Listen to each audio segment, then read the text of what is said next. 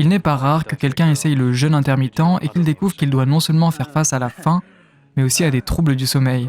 J'entends parler de temps en temps et j'en ai fait l'expérience par moi-même. Cela semble particulièrement être le cas si votre nouvelle fenêtre d'alimentation est assez différente de vos habitudes précédentes.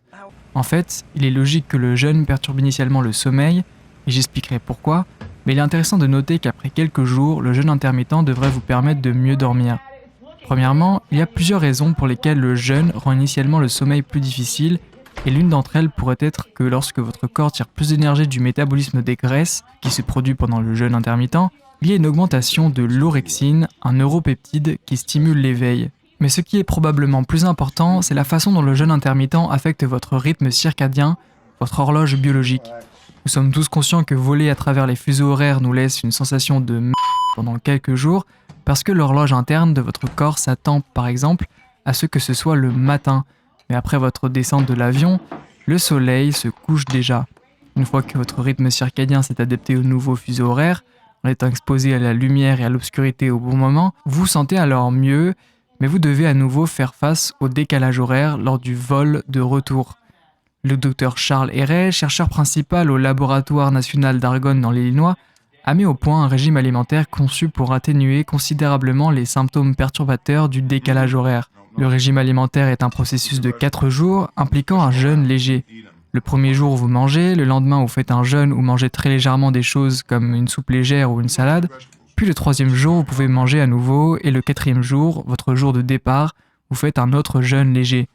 Ensuite, continuez le jeûne et ne prenez pas de bons repas jusqu'à l'heure du petit déjeuner à votre destination.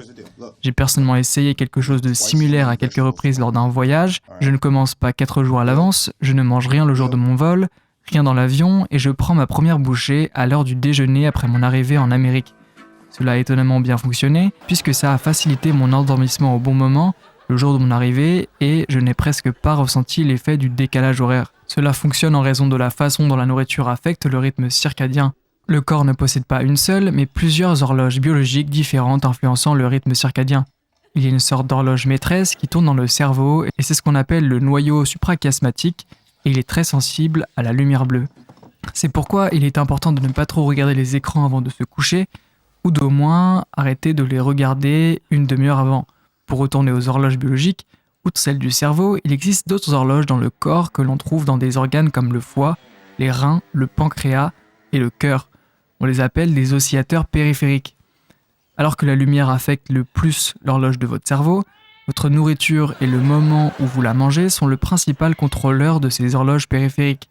Ainsi, la façon dont le soleil se lève le matin et l'obscurité de la nuit aident votre cerveau à garder une trace de l'heure et à garder un bon rythme circadien. De la même façon, votre première bouchée de nourriture et votre dernière bouchée indiquent à vos horloges périphériques comment régler ce rythme circadien. Considérant que le principe principal du jeûne intermittent est de modifier le laps de temps pendant lequel vous mangez, il est compréhensible que cela puisse perturber votre rythme circadien et votre sommeil. Mais l'influence du jeûne intermittent sur le rythme circadien devrait en fait vous permettre de mieux dormir une fois que vous vous y êtes adapté. Voici par exemple une étude réalisée par le Dr Sachin Panda et Subshrod Gill au Salk Institute for Biological Studies.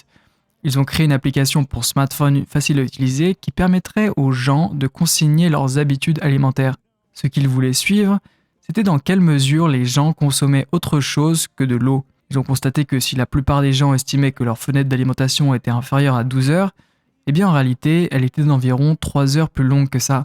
Ainsi, le temps de cette première gorgée de café le matin et la dernière bouchée de dessert ou de vin le soir était d'environ 15 heures. Ensuite, ils ont pris les personnes qui mangeaient dans un laps de temps supérieur à 14 heures et ils leur ont demandé de réduire leur fenêtre de repas à 11 heures. Encore une fois, ils n'avaient pas à changer ce qu'ils mangeaient, mais quand ils le mangeaient.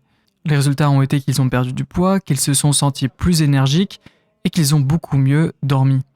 Comme le montrent les données ici, ils étaient beaucoup plus énergiques le matin, ils étaient aussi plus énergiques tout au long de la journée, ils avaient moins faim au coucher et ils étaient beaucoup plus satisfaits de leur sommeil. Une des raisons à cela peut être que la restriction de votre fenêtre d'alimentation améliorerait la force des oscillations circadiennes. Une autre étude copubliée par le Dr Sachin Panda indique que les rythmes d'alimentation de jeunes améliorent la robustesse ou l'amplitude de l'oscillation des composants activateurs et répresseurs circadiens. En gros, vous obtenez un rythme circadien plus prononcé dans certaines parties du corps lorsque votre apport alimentaire est limité à un certain laps de temps, comme dans le cas du jeûne intermittent.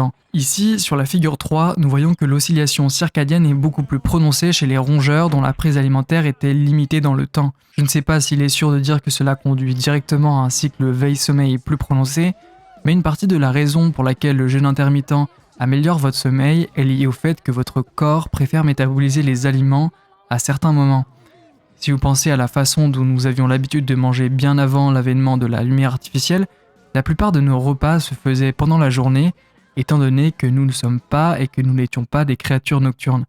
Il serait donc logique que les hormones liées au métabolisme alimentaire agissent contre les hormones qui favorisent le sommeil, et cela se trouve être le cas. Cet article de 2013 explique qu'une augmentation des niveaux de mélatonine entraîne une régulation dans la baisse de la sécrétion d'insuline et vice-versa. Ainsi, l'hormone favorisant le sommeil, la mélatonine, peut faire son travail plus facilement si vous avez un faible taux d'insuline. Heureusement, un faible taux d'insuline est l'un des effets du jeûne intermittent. Pour en revenir à l'article du Dr Sachin Panda, nous voyons que la durée du jeûne était parallèle à la durée du sommeil. Une période de jeûne plus longue entraînerait une baisse des niveaux d'insuline, entraînant une meilleure sécrétion de mélatonine et un meilleur sommeil. Ainsi, le jeûne intermittent peut perturber votre sommeil au début, mais en quelques jours seulement, il devrait vous faire sentir plus somnolent la nuit, avoir un sommeil de meilleure qualité et vous permettre de vous réveiller plus frais le matin. With an extremely powerful sedative.